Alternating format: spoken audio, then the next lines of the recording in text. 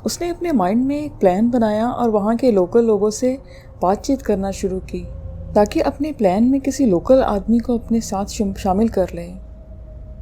پھر اسے ایک ایسا شخص مل ہی گیا جو اس کے ساتھ یہ کام کرنے پہ راضی تھا۔ ایک رات وہ دونوں مکلی کے قبرستان میں داخل ہوئے اور جو قبریں ٹوٹ پھوٹ کا شکار تھیں ان پر تھوڑی سی کوشش کے بعد پتھر نکال لیے گئے، اور نکال لینے کے بعد رات کی تاریکی میں وہ انہیں یہاں سے شفٹ کر دیا گیا۔ اس ٹورسٹ نے اپنے ہوٹل پہنچ کر اس لوکل آدمی کو بہت سے پیسے دیے اور خود بھی اسی رات کی فلائٹ پکڑ کر اپنے ملک روانہ ہو گیا۔ وہ لوکل آدمی جب رات کو اپنے گھر آیا اور اس نے یہ ساری بات اپنی بیوی کو بتائی تو بیوی نے اس کو بہت برا بھلا کہا اور کہا کہ یہ سارے پیسے اس آدمی کو واپس کراؤ، مگر وہ شخص نہیں مانا۔ دوسری طرف وہ ٹورسٹ اپنے ملک پہنچا تو اس کا ارادہ تھا کہ اسمال لیول پہ ان پتھروں کو پالش کروا کر ایک ایگزیبیشن کروائی جائے، مگر اس دوران اس کا بہت شدید ایکسیڈنٹ ہو گیا اور اس کی جان پر بن آئی۔ ایک رات وہ ہاسپٹل کے کمرے میں لیٹا ہوا تھا، اسے ایسا لگا کہ جیسے بہت سارے لوگ کمرے میں موجود ہیں۔ وہ سمجھا کہ نیند کی میڈیسن کی وجہ سے اس کو غنودگی ہے اور اسے ایسا لگ رہا ہے، لیکن پھر اس نے دیکھا کہ سفید کپڑوں میں وہ بہت سارے لوگ اس کے آس پاس جمع ہیں اور غصے میں کچھ کہہ رہے ہیں۔ وہ ان کی زبان سے ناواقف تھا، لیکن اتنا سمجھ سکتا تھا کہ وہ اس کی کسی حرکت پر ناراض ہیں۔ اس نے دیکھا کہ وہ سفید سائے آہستہ آہستہ اس کے جانب بڑھ رہے ہیں اور کوئی اندیکھی آواز اسے اس بات پر مجبور کر رہی ہے کہ اس نے جو چوری کی ہے وہ اس کا اعتراف کرے اور اسے واپس کر دے۔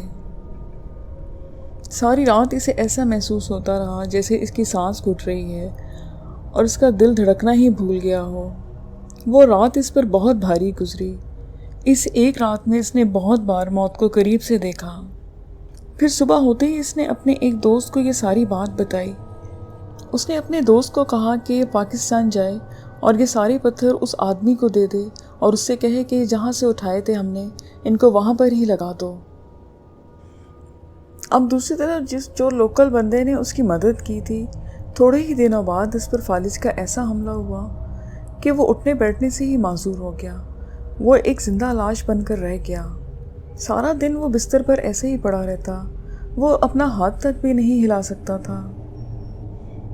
پھر ٹورسٹ کا دوست جو تھا وہ اس کے بتائے ہوئے ایڈریس پر کسی سے پوچھتا ہوا اس آدمی کے گھر پر پہنچا، مگر اس کی حالت دیکھ کر وہ حیرت زدہ رہ گیا اور یہ ساری بات اس کی بیٹی اور بیٹے کو بتائی۔ اس کی بیوی نے بہت رونا شروع کر دیا کہ میں نے اس کو منع کیا تھا مگر یہ باز نہ آیا۔ اس کے بیٹے نے یہ سارے پتھر لیے اور قبرستان جا کر سارے پتھر ایک کونے میں ویسے ہی رکھ دیے۔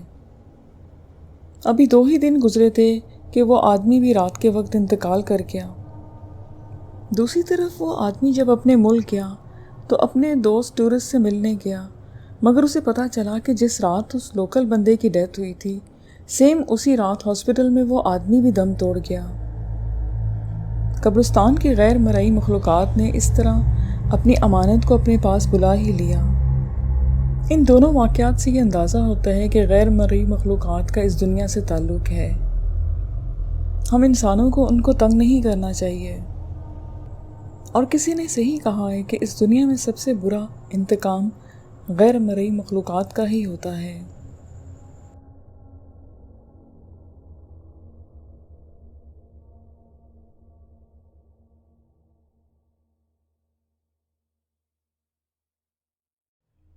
کچھ مہینے پہلے لوکل نیوز پیپرز میں بی بی سی کے نمائندے کے حوالے سے ایک نیوز آئی کہ بلوچستان کے ایک گاؤں میں گزشتہ 1 سال سے جنات نے قبضہ کر رکھا ہے اور گاؤں والے باہر جھونپڑیوں میں پناہ لیے ہوئے ہیں۔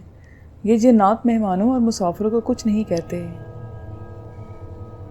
بی بی سی کے نمائندے نے دریائے دشت کے کنارے واقع اس گاؤں میں کچھ وقت گزارا اور اپنے ریسرچ پر ایک رپورٹ لکھی۔ رپورٹ کے مطابق گاؤں کی مسجد پر لاؤڈ سپیکر لگے ہیں، چھوٹا سا زیر تعمیر ٹیلی فون ایکسچینج ہے، اچھے گھر بنے ہوئے ہیں، ایک مڈل اسکول ہے۔ کہنے کا مطلب یہ ہے کہ اس گاؤں میں سب کچھ ہے مگر انسان کا وجود نہیں۔ یہاں کے رہنے والے گزشتہ سال مارچ میں دریائے دشت میں ہونے والی خوفناک سیلاب کے سبب احتیاطاً یہ گھر چھوڑ کر چلے گئے تھے۔ جب واپس آئے تو جنوں نے انہیں گھروں میں داخل نہیں ہونے دیا۔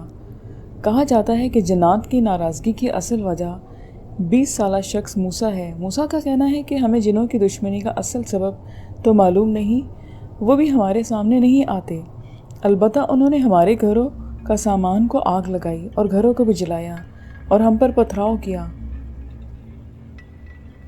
ہمیں بے گھر کرنے کے بعد ہماری ایک عورت کو رابطہ بنا کر ایک جن نے بتایا کہ سیلاب کے دوران اس کے سر پر ہم میں سے کسی کے صندوق لگا اور وہ زخمی ہو گیا۔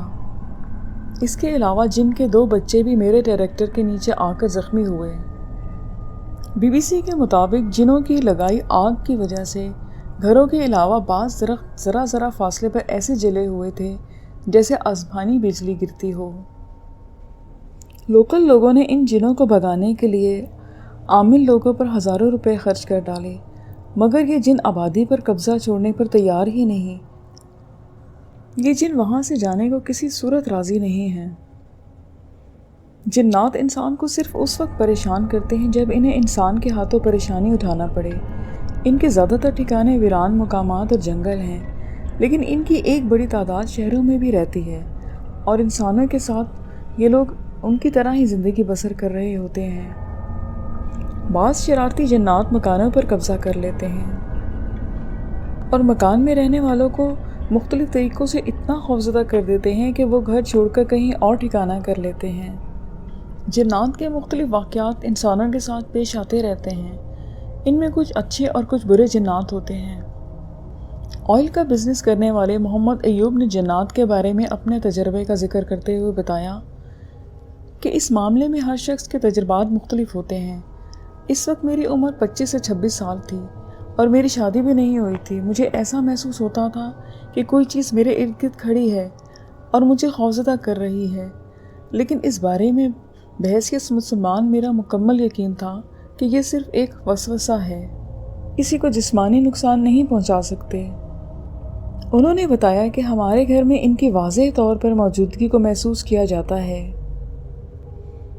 گھر کی چھت پر ورزش کا سامان پڑا ہے۔ رات 12 بجے کے بعد محسوس ہوتا ہے کہ کوئی ورزش کر رہا ہے، کوئی بینچ پریس کر رہا ہے، حتیٰ کہ جو ورزش ہم صبح کے وقت ہم سب کرتے ہیں، رات کے وقت اسی طرح ہمیں محسوس ہوتا ہے کہ کوئی کر رہا ہے، جبکہ آدھی رات کو چھت پر کون ہوتا ہے؟ جنات کے تنگ کرنے کے بارے میں ایک سوال کا جواب دیتے ہوئے انہوں نے کہا کہ ناپاکی کی حالت میں یا چیزیں زیادہ تنگ کرتی ہیں، یا اس جگہ جہاں پہ ان کی پناہ ہو اور ہم گزر جائیں، یا پھر ایسا کوئی ہم سے ایسی غلطی ہو جائے کہ جس کے نتیجے میں ان کا نقصان ہو، تو پھر یہ چیزیں ہمیں زیادہ تنگ کرنے لگتی ہیں۔ ساجد نام کے ایک آدمی نے اپنی رودات بتائی۔ ساجد نے اپنے تجربے سے ایک بات کا ذکر کرتے ہوئے کہا کہ میں فجر کی نماز پڑھ کر جب گھر واپس آتا ہوں تو راستے میں مجھے اس طرح محسوس ہوتا ہے کہ کوئی چیز میرے پیچھے پیچھے چلی آ رہی ہے۔ مجھے خوف بھی محسوس ہوتا ہے، اور جب اچانک پیچھے مڑ کر دیکھتا ہوں تو کوئی دکھائی نہیں دیتا۔ اس کے بعد جب میں گھر واپس آ کر چارپائی پر لیٹتا ہوں تو مجھے اچانک سے وزن پڑ جاتا ہے۔ میں اس کے بعد آیت الکرسی کا ورد کرتا ہوں تو یہ وزن ختم ہو جاتا ہے، لیکن جیسے ہی آیت الکرسی پڑھنا چھوڑ دیا تو وزن پھر بڑھنا شروع ہو جاتا ہے۔ اس نے کہا ہمارے ساتھ عجیب و غریب کے واقعات ہوتے ہیں جن کے بارے میں ہم کچھ نہیں کہہ سکتے۔ ہم ایک کمرے میں سارے بیٹھے ہوتے ہیں اور باہر سے تالا لگ جاتا ہے۔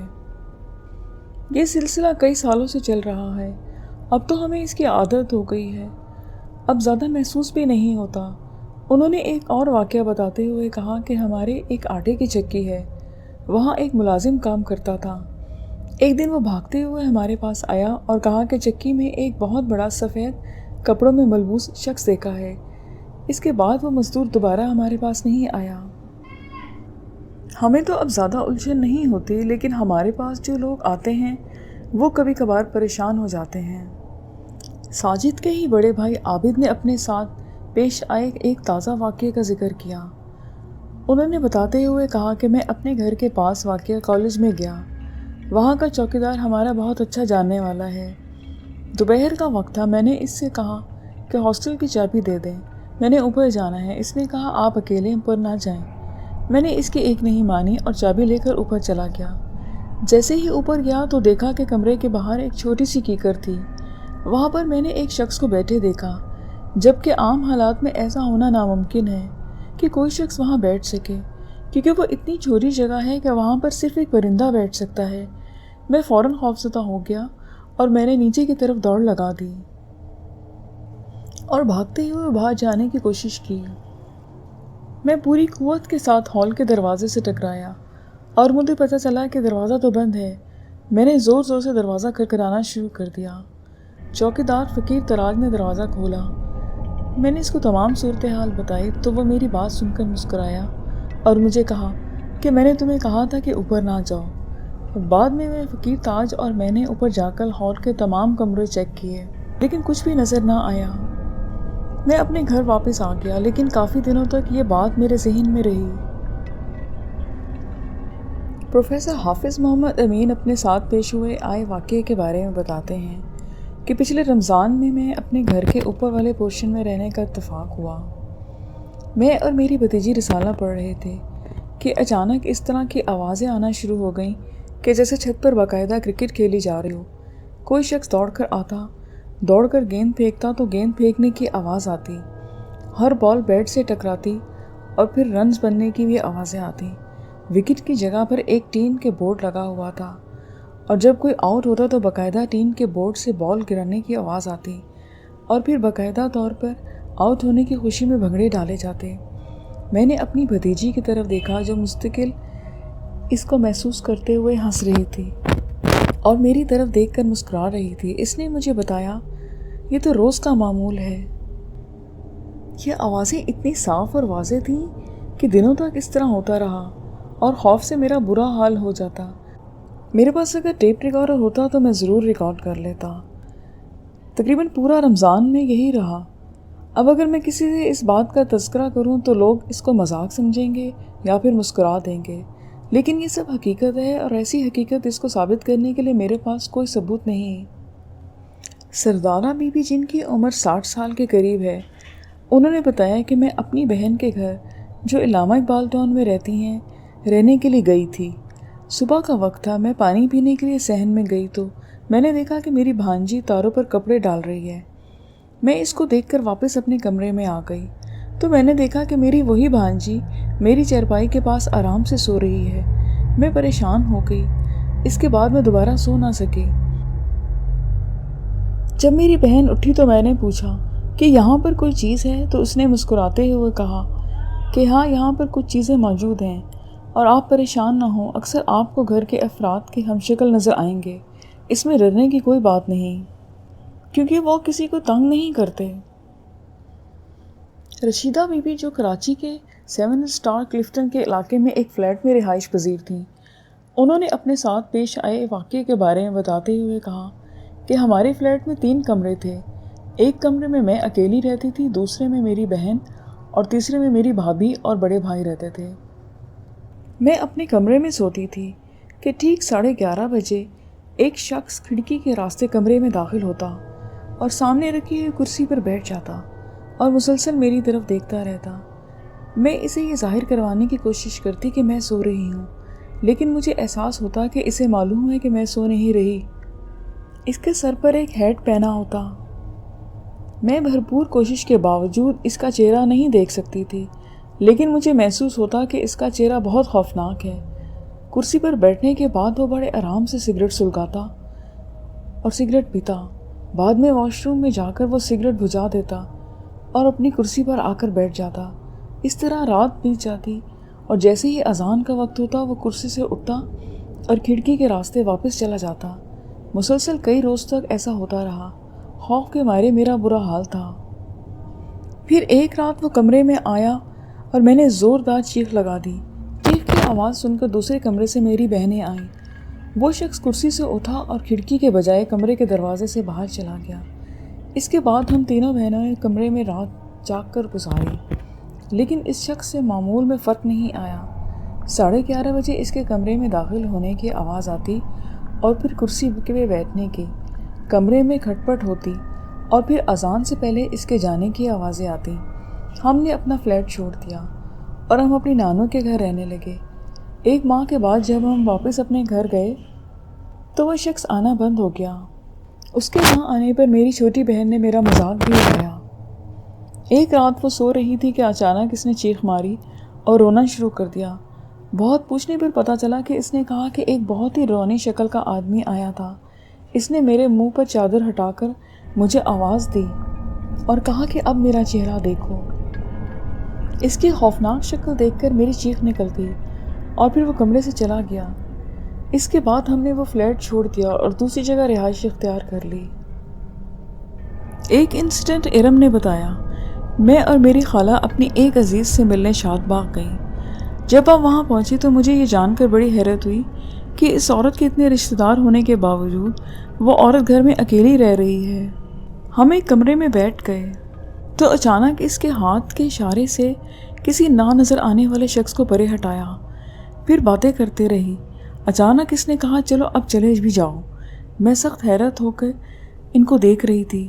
بعد میں ہماری ایک عزیزہ نے بتایا کہ وہ عورت گھر میں اکیلی نہیں رہتی بلکہ اس کے ساتھ ایسی بہت سی چیزیں رہ رہی ہیں جن کو ہم جنات کہتے ہیں۔